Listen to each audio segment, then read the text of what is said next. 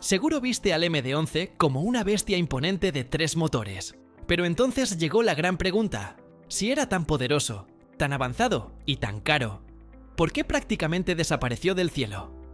¿Por qué muchos hoy sienten que lo mataron? Porque la historia del MD-11 no es simplemente la de un avión viejo. Es la de una máquina impresionante que parecía tenerlo todo para dominar, pero terminó atrapada entre accidentes, economía brutal y una industria que cambió más rápido de lo que McDonnell Douglas imaginó. Cuando McDonnell Douglas lanzó oficialmente el MD-11 en 1986, la apuesta era gigantesca: tomar la base del DC-10, modernizarla por completo y convertirla en el trimotor definitivo para el futuro del largo alcance. No era un simple rediseño. Era prácticamente una evolución radical.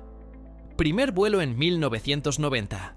Entrada en servicio ese mismo año con Finnair. Y una promesa ambiciosa: más capacidad, más alcance, menos costos de tripulación y mejor eficiencia. En teoría, parecía perfecto. El MD-11 incorporaba cabina digital para solo 2 pilotos, eliminando al ingeniero de vuelo, enormes winglets para reducir resistencia, mejoras aerodinámicas, más materiales compuestos y un avanzado sistema de transferencia de combustible para optimizar el centro de gravedad en crucero. Era un avión diseñado para competir en la nueva era. Y sobre el papel, sus números impresionaban. Más de 61 metros de largo. Velocidad de crucero de Mach 0,83. Alcance de hasta unas 7.000 millas náuticas según versión. Y capacidad para cerca de 300 pasajeros en configuración típica, o muchísimo más en configuraciones densas. Era enorme. Era rápido. Y sobre todo, era tecnológicamente avanzado. Pero aquí comenzó el problema. El MD-11 prometió más rendimiento del que inicialmente entregó. Sus primeras versiones no alcanzaron consistentemente las metas de consumo y alcance prometidas, algo devastador para aerolíneas que calculan ganancias en cada libra de combustible. McDonnell Douglas tuvo que lanzar programas de mejora para corregir peso, aerodinámica y eficiencia. Pero cuando una aerolínea siente que compró algo que no cumple exactamente lo prometido, la confianza se rompe. Y en aviación comercial, perder confianza puede costarte miles de millones. Pero eso no fue lo peor. El verdadero enemigo del MD-11 fue el momento histórico en que nació. Porque justo cuando este trimotor llegaba al mercado, las reglas ETOPS estaban cambiando para siempre la aviación. Durante años, 3 motores daban ventajas en rutas oceánicas y remotas. Pero con el avance regulatorio, aviones bimotores como el Boeing 777 comenzaron a operar rutas larguísimas con menos motores, menos mantenimiento, menos consumo y más flexibilidad. Y ahí el MD-11 empezó a verse como una solución brillante para un problema que estaba desapareciendo. Frente al Boeing 747-400, tenía menos capacidad en rutas de alta densidad. Frente al Boeing 777, tenía más complejidad mecánica. Frente al futuro, estaba en una posición incómoda.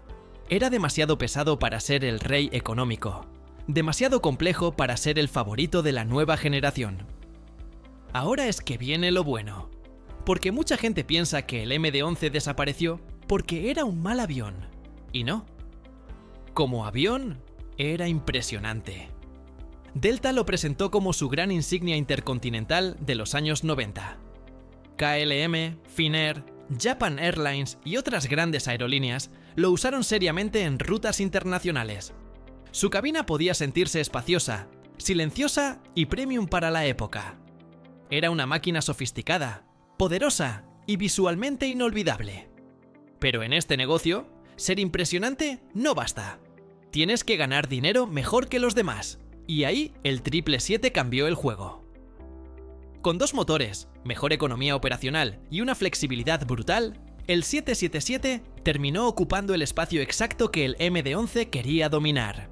Resultado, solo se construyeron alrededor de 200 unidades del MD-11, muy por debajo de lo que McDonnell Douglas esperaba. La producción terminó en 2001. Sí, un final sorprendentemente temprano para un avión tan ambicioso. Pero entonces ocurrió algo inesperado. El MD-11 se negó a morir. Porque aunque perdió la guerra de pasajeros, encontró una segunda vida como carguero. Y vaya segunda vida. Con más de 200.000 libras de capacidad de carga útil en variantes cargueras, enorme volumen interno y costos de adquisición más bajos que otros widebodies, el MD-11F se convirtió en una auténtica bestia logística. FedEx fue uno de sus mayores operadores. Lufthansa Cargo también lo convirtió en una pieza clave. Y durante años el avión siguió cruzando el planeta lleno de paquetes, motores, pallets y mercancías. Donde muchos vieron un fracaso comercial, la carga vio una mina de oro. Era básicamente un camión del cielo. Pero aquí aparece otra parte de su historia, la que más alimentó su reputación: su dificultad en aterrizajes. El MD-11 desarrolló una fama seria de ser menos indulgente en ciertas fases críticas, especialmente durante aterrizajes con flare tardío, rebotes o entradas inestables. Casos como FedEx 80 en Narita dejaron claro que, aunque podía operarse con seguridad, era una aeronave que castigaba más ciertos errores que otros widebodies. No era simplemente peligroso, pero sí exigente. Era una máquina que pedía precisión, y eso ayudó a construir esa narrativa de avión problemático, aunque la realidad era mucho más compleja. Y lo más importante, su etapa final se volvió todavía más dramática. Tras el accidente fatal de UPS en Louisville en 2025, el MD-11 volvió al centro de atención de la peor manera. Las investigaciones y medidas regulatorias posteriores provocaron inmovilizaciones, inspecciones profundas y restricciones operativas severas para gran parte de la flota remanente.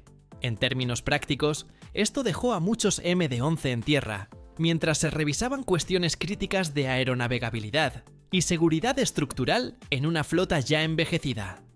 Y aquí cambió todo, porque ya no se trataba solo de economía, ni solo de reputación, sino de supervivencia regulatoria. Para muchas operaciones, mantener un trimotor envejecido, complejo y bajo nuevas presiones de seguridad empezó a ser muchísimo más difícil de justificar. Así que no, al MD-11 no lo prohibieron de la forma simple que muchos imaginan. Pero entre el golpe económico, el dominio de los bimotores, su reputación exigente, el envejecimiento de la flota y las consecuencias posteriores al accidente de UPS, el resultado fue casi el mismo. El mundo moderno dejó de tener espacio para él. No lo mató una sola decisión. Lo mató una tormenta perfecta. Y aún así, su legado sigue siendo fascinante. Y eso no es todo. Porque el MD-11 fue el último gran widebody comercial de McDonnell Douglas. El mayor trimotor de línea de su tipo. Una mezcla de innovación brillante, errores de timing y una segunda vida carguera que lo mantuvo relevante mucho más de lo esperado.